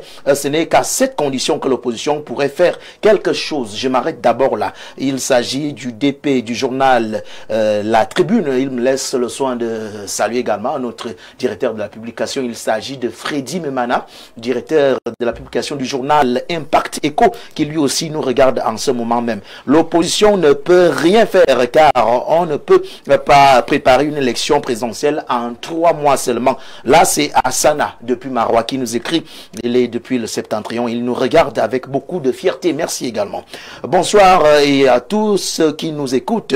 Monsieur Hassane Ango, depuis Colbison. S'il vous plaît, jusqu'à preuve de contraire, la thématique du débat porte sur la capacité de l'opposition face au RDPC à l'élection présidentielle de cette année. Mais le constat est décevant de voir sur le plateau des panélistes des partis d'opposition, de la société civile aussi et du parti au pouvoir qui sont tous d'accord que l'opposition ne peut rien faire face au RDPC. Ces opposants sont clairement en train de s'avouer d'affilée vaincus. Ils passent leur temps à pleurnicher sur des plateaux et se faire victime au lieu de nous dire comment ils comptent faire pour nous libérer de ces 43 ans de système et de misère. Je me demande quel débat vous faites aujourd'hui. Je pense, ma foi, qu'un débat nécessite de la contradiction. C'est quoi cette façon de dérouler le tapis rouge au RDPC? Franchement, faites un effort et nous proposez quelque chose de plus que ce que vous donnez jusqu'ici. Merci. Malheureusement, il n'a pas signé son message. Mais il n'a pas compris déjà. Il a dit s'appeler Arsène Ango, qui semble justement ne pas cerner le déroulé de ces débats depuis. Je pense bien que des voix s'élèvent et s'opposent sur ce plateau. Nous avons un problème de temps et nous allons concéder 1 minute à chacun pour dire ce qu'il pense sur le sujet en termes de conclusion. Je commence par vous parce que c'est vous, la seule dame sur ce plateau. L'opposition camerounaise, à l'heure actuelle, peut-elle faire quelque chose ou d'ici le 12, peut-elle nous fournir du répondant? Je vais y arriver parce que, pour ne pas oublier, je voudrais conseiller au parti RDPC parce que mon jeune fils est là sur le plateau. Je voudrais conseiller au parti de créer une école de cadres. Avec une école de cadres, mais on ne la sent pas. Elle existe. On ne la sent pas. Moi, je suis un produit de cette école. Elle existe. Elle est pilotée par le professeur Elvis Ngolé. On ne la sent pas. Je serais revenu à l'école des cadres. Oui, parce que moi, j'ai fait de la politique à un moment donné, mais après, oui, dire que la politique, est-ce que nous allons donner les armes aux autres de tirer sur nous? Et qu'ils nous demandent nos méthodes, ils nous demandent nos méthodes. Nous sommes en train de... Je pense qu'on a l'opposition sur ce plateau. Il a bien dit. Et puis lui aussi, c'est un opposant. Même, ou alors, il ne veut pas l'assumer. Il ne l'assume pas, mais c'est un opposant qui ne dit pas son nom. Parce qu'il est carrément contre le RDPC. Il a parlé tout à l'heure du vieillard, j'ai répondu. Quelqu'un a dit que non, nous ne sommes pas dans un royaume. Non, mais nous sommes tout comme. C'est tout comme. C'est le pouvoir. Je ne parle pas de royaume, c'est le pouvoir. Et quand on parle de pouvoir, il n'y a pas d'âge. Donc, l'opposition n'a qu'à s'en prendre à elle-même. Parce que si, c'est par là que j'ai commencé aujourd'hui, l'opposition est dépiécée. Et ils vont en rang dispersé parce que tout le monde... Par qui? Par elle-même. Parce que c'est tout le monde qui veut être ce qu'il veut. Président. Comme il a dit, c'est le parti, chacun veut être le messie de machin. Et il faut absolument que moi je sois. Si vous ne me désignez pas, on casse tout. Et regardez ce qui s'est passé, par exemple, au MRC, entre le MRC et le Manidem. Est-ce que c'est Biya qui est intervenu là-bas? Qui est intervenu là-bas? Qui a dit à l'autre d'aller demander au Manidem de me prendre, de le prendre en Yango? Il a accepté. Il est devenu le client de Yango. Yango a dit c'est ici que ma voiture s'arrête. Payer ou pas payer, descend. Maintenant, je me demande, sincèrement, ça c'est la question que je me pose. Comment est-ce qu'il va faire? Il va rentrer au RDPC parce qu'il a tout un héritage au MRC. Comment il fait? Il n'est plus militant, mais avec tout ce qu'il a comme richesse au MRC. Comment il fait maintenant pour se retrouver de l'autre côté au Manidem? Comment ça va se passer? Est-ce que c'est le RDPC qui a encore fait ça? On va accuser le RDPC de tous les maux. Le RDPC n'a rien à voir dans le dépaissement de tout ce qui se passe là. Dans l'opposition, ils ne partent pas d'une même voie. C'est ça leur difficulté. Merci. Bonsoir à vous. L'opposition doit avoir une stratégie qui inclut des prochaines législatives et municipales. L'Alliance pour le changement doit adouber un autre candidat et préparer ensemble les 3 élections, c'est-à-dire présidentielles, législatives et municipales. Kereimouna a le profil idéal. S'il faut battre le Rassemblement démocratique du peuple camerounais dans les urnes, il faut avoir une stratégie à long terme. C'est Joël qui nous écrit. Brice, qu'est-ce qu'on se dit? Est-ce que quelque chose, vous avez dit déjà d'autres informations selon lesquelles l'opposition aurait déjà trouvé un terrain d'entente pour que les lignes bougent en sa faveur? Il faut déjà voir, je voudrais répondre au monsieur de Colbison qui est mon quartier aussi, de résidence, que c'est pas parce qu'on est de l'opposition qu'on va vous dire ce qui n'est pas vrai. Parce que notre devoir d'opposition aussi, c'est de dire au peuple que ça ne va pas. Prenons l'exemple du procès la Cour constitutionnelle de M. Camto. Vous avez vu il y avait combien de partis d'opposition avec lui? Normalement, dans ce genre de position, ceux qui ont déjà eu leur candidature validée devraient venir derrière lui en bloc. Un peu comme si on accompagnait un enfant à l'école, même pour ne rien dire. Et dire que, ok, tu es devant et nous voici debout. Et ça montre au peuple que nous sommes ensemble, que ton malheur, nous le partageons. Mais il n'y a eu personne. Chacun était de son côté. Il y a même eu des gens, entre guillemets, ce que j'ai entendu, qui ont applaudi après que sa candidature soit annulée. Donc je dis, notre devoir aussi, c'est de dire aux Camerounais, mais cette personne a été reprise par le président. L'opposition camerounaise est en train de faire fausse route en allant désunie. Je ne dois pas venir sur un plateau vous dire non, on peut, je ne sais pas sur quoi je me base pour dire qu'on peut. J'ai dit pour ce soir, pour ce lundi, on ne peut pas. C'est tout, c'est simple. Ok. Le Rassemblement démocratique du peuple camerounais, en écartant Camto de la course, a commis une faute majeure. Il a fabriqué en ce moment-là un Sonko qui ne dit pas son nom. La surprise du pouvoir en place sera de taille au 12 octobre 2025, dit Bertrand Mardel depuis Douala.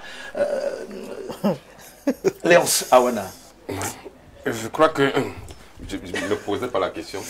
Je crois que lorsque... vous posez ma question. Vous avez un autre angle de traitement. Oui. Et pourtant, moi, j'ai le mien aussi. Allez-y. Je voudrais justement rester dans la logique de savoir, parce que là, vous avez dit un mot fort. Et c'est vrai que Elisabeth est revenue là-dessus, et même Brice, tout comme... Martial, sont tous revenus là-dessus, parlant de cette fragilité que présente l'opposition. Est-ce que ce n'est pas en l'opposition même le problème aujourd'hui face au RDPC? Vous avez tout fait de dire que ce parti a tous les pouvoirs. Et quelqu'un m'a envoyé un message avant-hier pour dire que même au niveau de l'administration, vous avez parlé de l'administration centrale, que le RDPC a ses pieds sur terre. Est-ce qu'à ce niveau-là, on ne peut pas déjà aussi avoir quelques blocages dans la tête de ceux qui doivent concourir pour le poste de président le 12? Ah oui, je vous ai dit ça ici. Vous parlez de l'administration centrale. Je l'ai toujours dit. Et Marcel le sait, c'est peut-être à ça qu'il aspire. Dans notre Cameroun, un fonctionnaire ou même un agent public ne peut pas être dans notre parti politique et avoir une carrière honorable. Ah bon? Tous sont des carriéristes, tous sont obligés d'être du RDPC. Je vous dis, Jean Bruno, faites le sondage. Je vous dis, de l'autre, je vous dis, Chiroma. Comment elle s'appelle? Madame, vous non, je voudrais vous prendre au mot. Elle est de quel parti? Elle n'est pas du RDPC. Et alors? Mais elle est dans l'administration centrale. Madame Camto n'est pas du RDPC. Madame Camto. Allez-y, Léon, c'est question de temps. Je voudrais que lorsqu'on parle... Excusez-moi, allez-y. Ce serait poli, parce que je vous respecte beaucoup. Vous êtes une dame, vraiment, il faut qu'on se respecte. Ça commence à faire trop. Donc, je tente de dire que... Je tente de dire que... Voilà l'avantage du parti au pouvoir. Vous avez donc un parti qui a réussi à rendre toute une administration un militant de son parti politique, parce que tous sont des carriéristes, tous veulent avoir une carrière honorable. Donc, c'est des avantages qui font qu'à un moment donné, le jeu politique n'est pas équilibré. Lorsque nous allons à une élection comme celle du 12 octobre prochain, le jeu n'est pas équilibré. Vous avez des institutions qui sont censées crédibiliser notre jeu électoral, mais qui, vraiment, quelquefois se découvrent comme étant... des comités de base du RDPC. Vraiment, c'est pas équitable. Et ça joue en la faveur du RDPC. Voilà pourquoi on l'appelle mastodonte. Ce n'est pas parce qu'il travaille beaucoup, c'est parce qu'en réalité, le RDPC utilise les moyens de l'État pour confisquer le pouvoir. Okay. C'est-à-dire que vraiment, il confisque le pouvoir. Madame a pris l'exemple de la reine d'Angleterre. Alors, le Cameroun serait donc devenu une dictature, le Cameroun serait devenu une monarchie, le Cameroun serait devenu un royaume. Je prenais par rapport à l'âge. Oui, justement, c'est par rapport à cet âge-là. Lorsque vous trouvez que... Il y a un âge dans le texte. Lorsque vous trouvez que à 93 ans, on est encore en capacité d'exercer le pouvoir, vous savez que nous sommes une monarchie, nous sommes un royaume. Non, c'est pas parce que c'est une monarchie que la reine a 95 ans. L'exemple de la reine, non. Ça veut dire que le Cameroun est une monarchie. Le Cameroun est un royaume. L'âge de la reine a permis qu'elle puisse gouverner jusqu'à cet âge-là. Le président aussi peut gouverner jusqu'à cet âge-là. Moi, c'est par rapport à l'âge. Là, c'est deux systèmes politiques différents. Donc, pour dire que Jean Bruno, moi, j'exhorte encore, vraiment, si c'est encore possible, lorsque j'ai vu des réunions par-ci, par-là, j'ai vu des gens se mettre ensemble, finalement, on ne nous a rien dit de concret après ces réunions, après toutes ces rencontres-là. Je crois que c'est un problème. Et ça, vraiment, ça n'aide pas les Camerounais. J'ai fait un calcul. J'ai dit en 2011, M. Biya s'est fait élire par un peu plus de 3 millions de Camerounais. En 2018, il s'est fait élire par un peu moins de 2,5 millions. Donc ça descend. 25, cette année, ça va descendre. Mais comment on fait les autres voix? Mais nous sommes dans un fichier de 8 millions. Comment on fait les autres voix? Comment est-ce que nos proposants, j'ai failli dire opposants, ne réussissent pas à comprendre qu'il faut comptabiliser ces voix-là, qui sont dispersées, qui sont dispatchées? Vous êtes bien placé pour leur dire ça. Ces questions restent posées et ça c'est la logique et même l'évidence du moment. Je passe la parole pour sortir et vous aurez exclusivement que 60 secondes pour répondre à cette question. Peut-être même aussi donner votre avis dernier sur le sujet, passant par ce message. Bonsoir à vous sur le plateau. La dame qui apprécie le Rassemblement démocratique du peuple camerounais dans la médiocrité, dans tous les plans. Le pouvoir n'a pas une monarchie et n'est pas une monarchie où un ministre fait plus de 30 ans dans un poste, mais quel gâchis. Le feu du Rassemblement démocratique du peuple camerounais va s'éteindre le 12 octobre 2025, c'est Manfred depuis un Colbisson. Alléluia. Oui, c'est le moment des grandes joutes verbales, bien politiques sûr, et autres. On comprend. Alléluia. Nous nous disons que moi je voulais entrer en posant, en me questionnant, puis c'est pas moi qui pose des questions sur le plateau. Est-ce que c'est le RDPC qui avait dit que les cigales ne coalisaient pas avec les fourmis? Je crois que c'était sur ce même plateau de Info TV qu'un leader de parti avait dit que lui, en tant que fourmi, ne peut pas coaliser avec les cigales. Est-ce que c'est le RDPC qui avait dit dans ce pays que l'océan ou la mer ne peut pas aller se verser dans le fleuve en termes de coalition? Nous étions en 2004. Est-ce que c'est le RDPC? Est-ce que c'est le RDPC, le leader du RDPC qui avait dit en 2018 que il ne peut pas tendre la main à un cadet irrévérencieux, parlant d'un autre leader de parti politique? On peut citer dans l'histoire de ce pays autant de fois que les leaders, entre eux, le RDPC n'était pas là. Quand ils se rencontrent au sortir de là, ils sortent en queue de poisson. Le RDPC par le ministre choisit aussi les représentants de partis politiques. Il nomme même certains. Il va jusqu'à nommer certains. Monsieur Awono, c'est le RDPC qui fait ça. Je crois que vous est militant du RDPC. Je crois qu'on vous a présenté comme juriste. Élevez votre analyse, s'il vous plaît. Élevez l'analyse. Quand vous verrez dire Minat RDPC, vous-même vous comprenez que ça a un sens. Ça n'a pas de sens. Vous confondez l'administration et les partis politiques. Vous mélangez tout. Comme ça que demain, vous allez nous dire que le ministère du Tourisme, c'était l'UNDP. Vraiment, soyons sérieux. Soyons sérieux. Nous sommes sérieux. Et je crois que vous êtes un juriste. Bon, le RDPC, aujourd'hui, on nous parle d'un candidat. Il présente un candidat qui a 93 ans. C'est un âge respectable, honorable. Et ceux qui pensent que vieillir est une malédiction, alors moi je leur souhaite la bénédiction de ne point vieillir. Merci. Nous voulons vieillir. Nous sortons on vous a accordé 60 secondes. Non, je sors. Je n'ai même pas fait 30 secondes. Je sors en disant que... Votre seconde, c'est pourquoi? Je sors. Non, monsieur, vous gardez la parole. Il m'a appelé juriste. En tant que juriste, donc, le MINAT est un militant du RDPC, oui ou non? Oh là là, un ministre de l'administration territoriale. Il est militant du RDPC. Un ministre n'est pas militant de parti. Cette question va nous éloigner de votre Voilà, il ne répondait pas à ma question. Il nous a perdu du temps. Le temps n'est pas perdu. Il nous a perdu du temps. Dans quel texte on dit qu'à 93 ans, on ne peut plus gouverner? Lui qui est juriste, moi je me serais attendu. Moi, je pose seulement la question. Il nous étaye sur les textes. Alors nous, RDPC, nous avons notre candidat Monsieur Fangon, qui a un âge respectable, un âge qui est l'âge des patriarches en Afrique. Vous comprenez? Les patriarches sont en retraite raciale.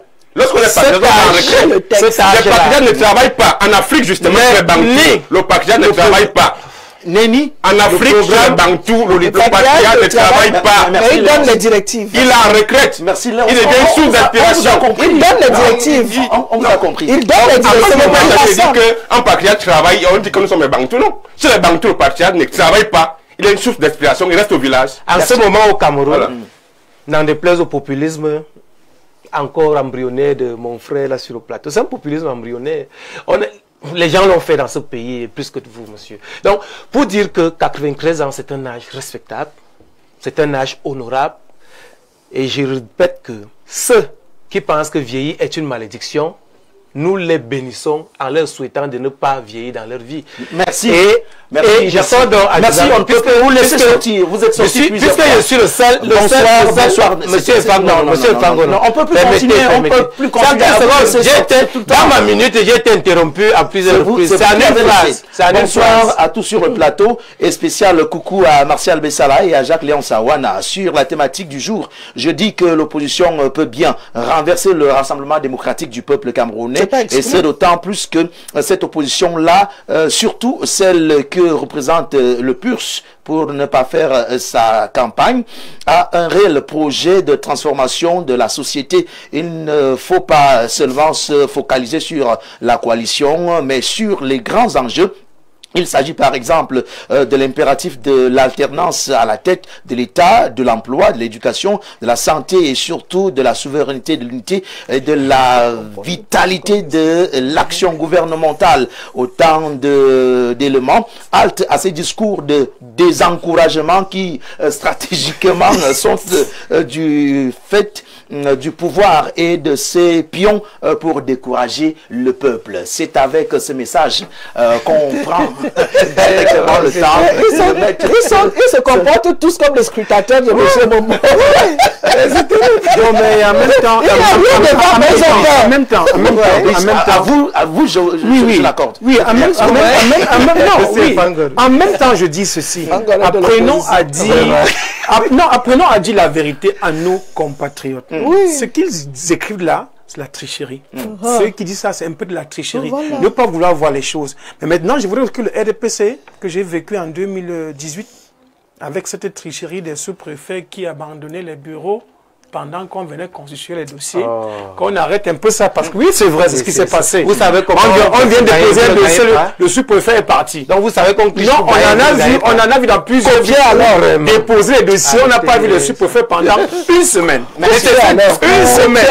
Monsieur Fangon, merci. Et c'est ça, on a appris de cela. On a appris de cela quand même. C'est une leçon. Non, parce que je dis les deux côtés. Je dis ce qui n'est pas bien, ce qui est bien. Vous n'allez pas. Je suis pas en train de dire que même le plus grand commerçant, monsieur Fangon, même le plus grand commerçant. Si vous vous comportez toujours comme vos scrutateurs, on va arriver où? Ça fait 35 ans de démocratie. Vous avez toujours peur. Mais vous n'arrivez pas toujours dans le même discours. Non. Comment est-ce normal qu'un sous-préfet abandonne le bureau pendant une semaine à la semaine où on est pris le dossier? Brice. Un sous-préfet disparaît. Brice. Vous avez d'ailleurs un très beau nom. Momo. Ah ouais, on peut dire.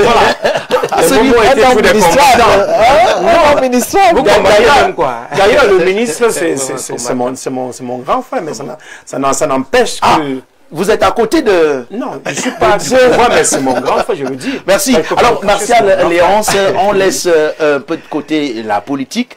On a déjà presque tout dit sur la cause, en s'interrogeant sur les capacités de l'opposition. Même les téléspectateurs, nombreux sont ceux qui ont réagi et qui ont bénéficié de la lecture de leurs interventions. C'est vrai que jusqu'ici, on reste avec la quasi grande majorité des messages non lus parce que le temps nous tenant à la gorge. On prend juste ces quelques 10 minutes qui nous restent pour parler de cette situation combien lamentable. Il s'agit là de la perte de nos chers et valeureux concitoyens qui se font arracher la vie par des hommes sans foi ni loi. Par-ci, par-là, on a Yaoundé, Douala et Bolova, partout dans notre pays. C'est vraiment un phénomène qui prend de l'ampleur, comme l'indique l'intitulé de ce soir. Je commence par vous, Léonce. La situation, elle est effrayante.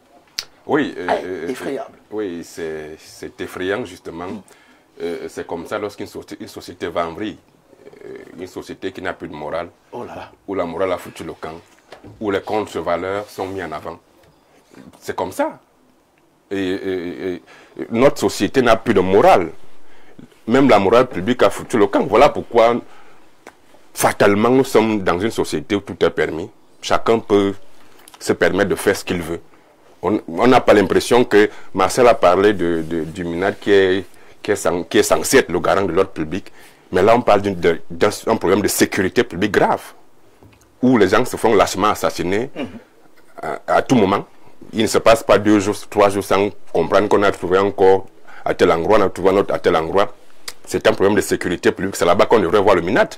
Mais c'est parce qu'ils cherchent dans le parti politique à tout moment. Donc je crois qu'il y a ce problème-là, où vraiment, les vrais problèmes ne semblent pas être préoccupants pour ceux qui nous gouvernent.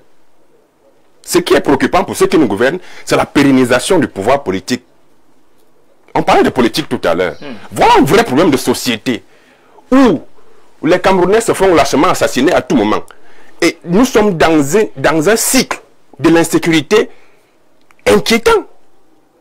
Le cycle de l'insécurité qui envahit nos capitales, que ce soit Yaoundé, Douala et toutes les autres petites villes, est inquiétant, Jean-Benoît. Vous ne pouvez plus prendre un taxi à plus de 20 ans, vous avez peur. Parce que si vous prenez le taxi, vous vous faites agresser dans un taxi. On vous emmène, on vous assassine.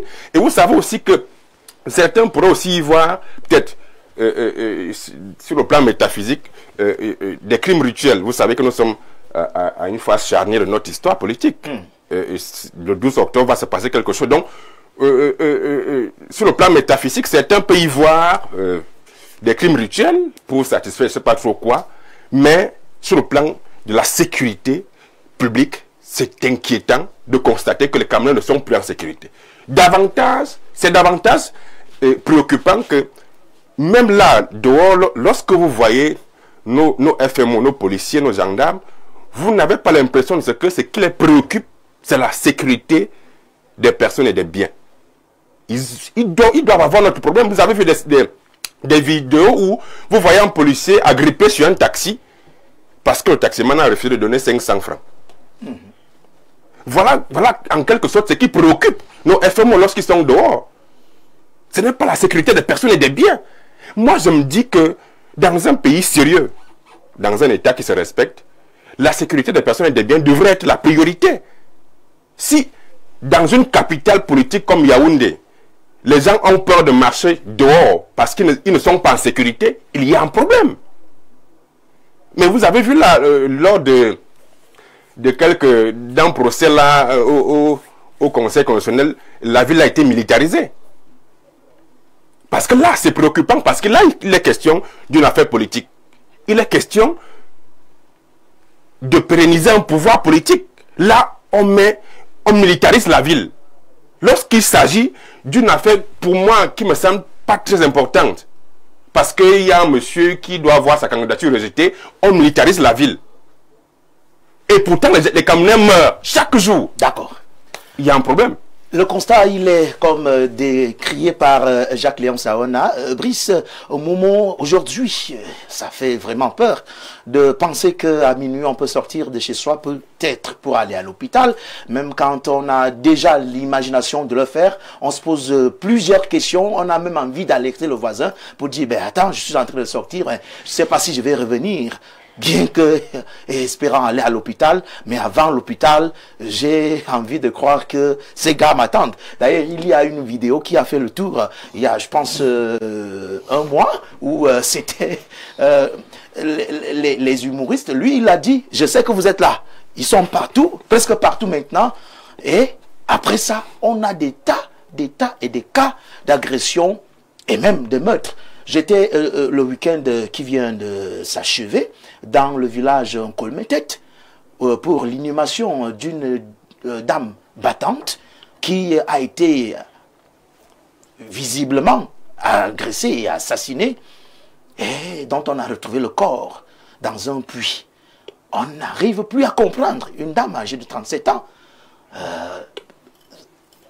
Quelle est l'appréciation que vous faites sur le sujet? Récemment, on a eu cette jeune dame aussi qui se serait donné le luxe d'aller soit prendre du beau temps avec ses amis. Ben, le lendemain, on l'a retrouvée morte aussi. C'est préoccupant, très préoccupant et surprenant même d'ailleurs. Parce que s'il faut voir, il y a 15 ans au Cameroun, on n'avait pas autant de postes de police dans des quartiers. Mais c'est curieux, c'est un contraste parce que plus les postes de police se rapprochent des citoyens, c'est là où les crimes augmentent. Là, je ne comprends pas. Paradoxal. C'est paradoxal. Parce qu'avant, actuellement, il y a des postes de police un peu partout, hein, des petits conteneurs.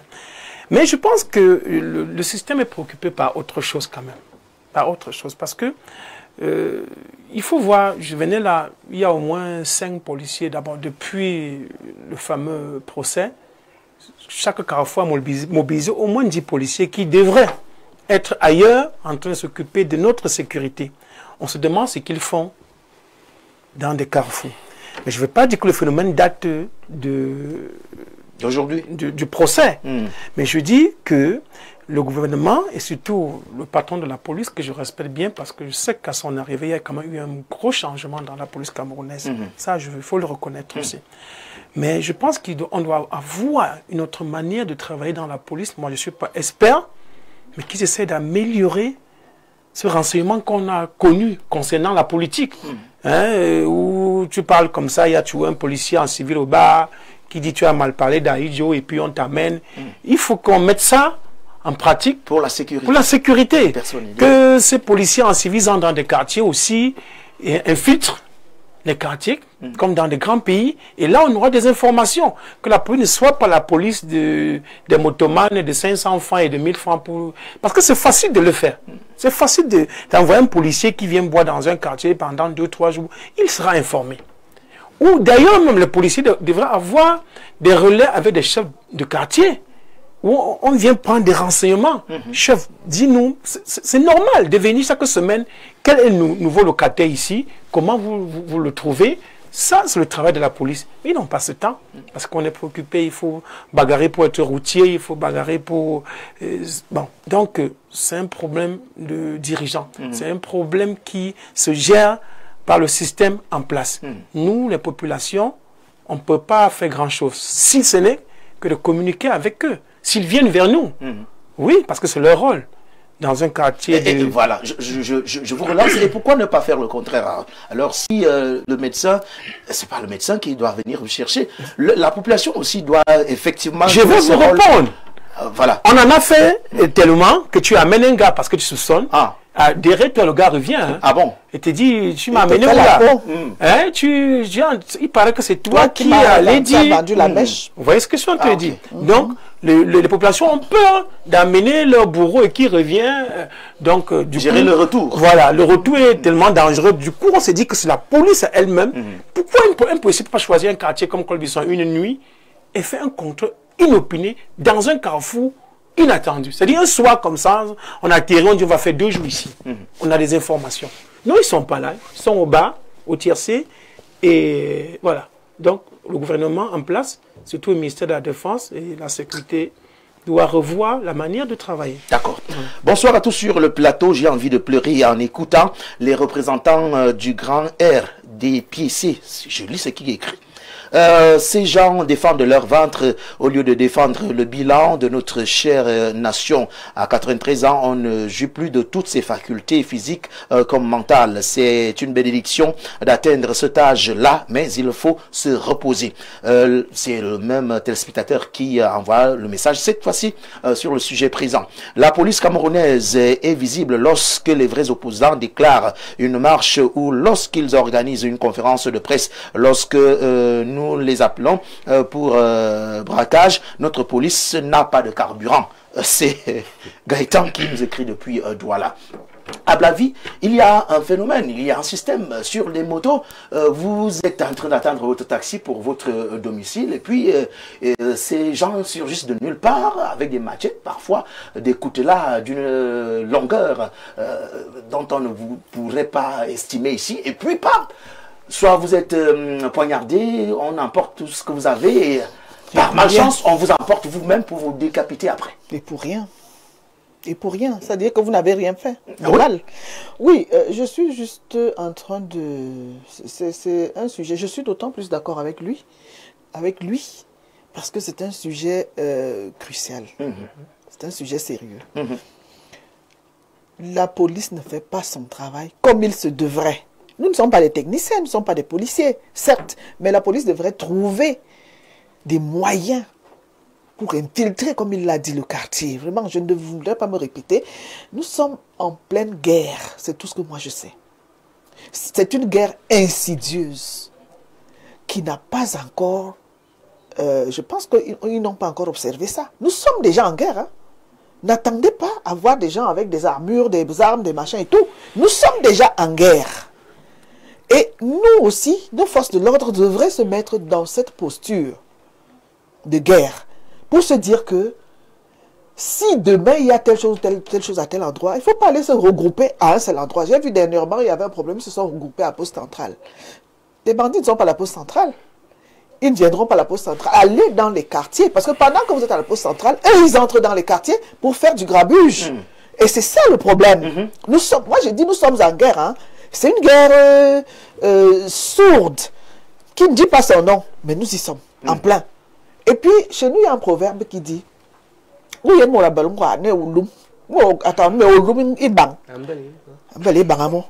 veut dire quoi? Ça veut dire que si quelqu'un te dit j'ai le caillou, je vais te lancer ce caillou, ça veut dire qu'il a déjà le caillou. Ne nous leurrons pas. Parce qu'on regarde, on a beaucoup de choses, on va dans les édifices. Non, ils ne vont pas aller là-bas. Ils vont aller toucher le pauvre du quartier. C'est là où ils vont faire du grabuge. Je pense que nous tous, nous suivons les réseaux sociaux. Ce qu'ils disent tout le temps, ils mettent les gens en garde que voilà ce que nous allons faire. Et ils vous disent que nous allons passer à l'acte. Ne pensez pas que les gens viendront de je ne sais où, ou des hélicoptères, ou des parachutes, pour aller le faire. Non.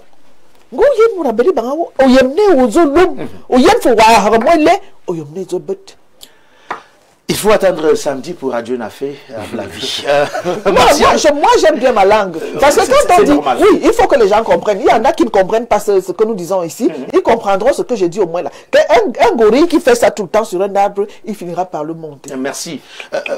Martial, une situation véritablement lamentable, c'est celle de compter par un nombre important la perte de nos concitoyens après des agressions et des meurtres qui se laissent entendre ça et là.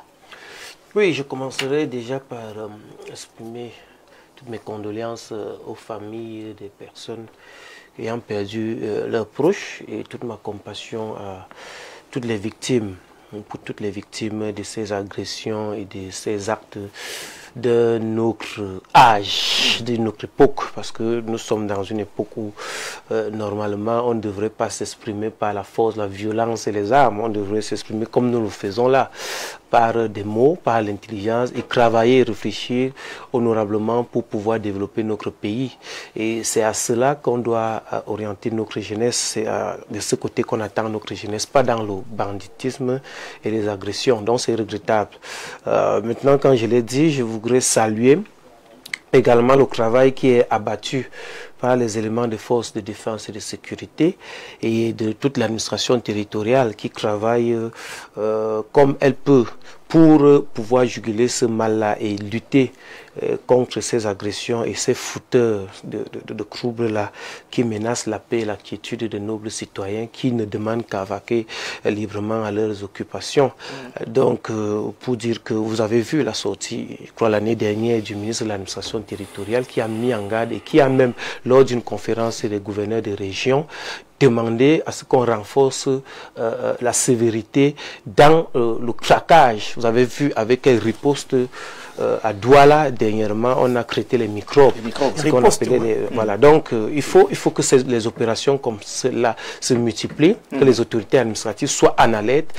Mais également, le point que vous avez souligné tout à l'heure, à savoir la participation citoyenne, il faut qu'elle soit encadrée, qu'on n'expose pas ceux qui vont dénoncer, que cela soit encadré. Et à une certaine époque, à Douala, nous avions ce qu'on appelait les comités de vigilance dans les quartiers. Je crois que certains quartiers, ils existent encore. J'ai vu dernièrement, oui, qui soient encadrés, qui soient même dans la région du Nord, dernièrement, j'ai vu les comités de vigilance qui étaient soutenus par les autorités administratives, les élites qui étaient armées, qui étaient entretenues, qui étaient protégés. Je crois qu'avec cela, si nous tous, comme un seul homme, nous nous mettons derrière les forces de défense et de sécurité et l'administration pour pouvoir lutter contre ces fouteurs de troupes, je crois qu'ils ne pourront pas prospérer aussi longtemps. Ça, c'est ce que je peux dire sur le sujet. Merci pour votre mot qui d'ailleurs est votre mot de fin pour lequel nous voulons vous dire merci, surtout pour la présence tout au long de ce programme, le Grand Soir de ce soir. Merci Martial. Merci, c'est moi qui vous remercie et le Rassemblement démocratique par ma voix. Merci à vous, Brice Moumou, d'avoir effectué le déplacement et usé de votre temps pour répondre à certaines de nos questions et apporter votre éclaircie aux téléspectateurs qui vous ont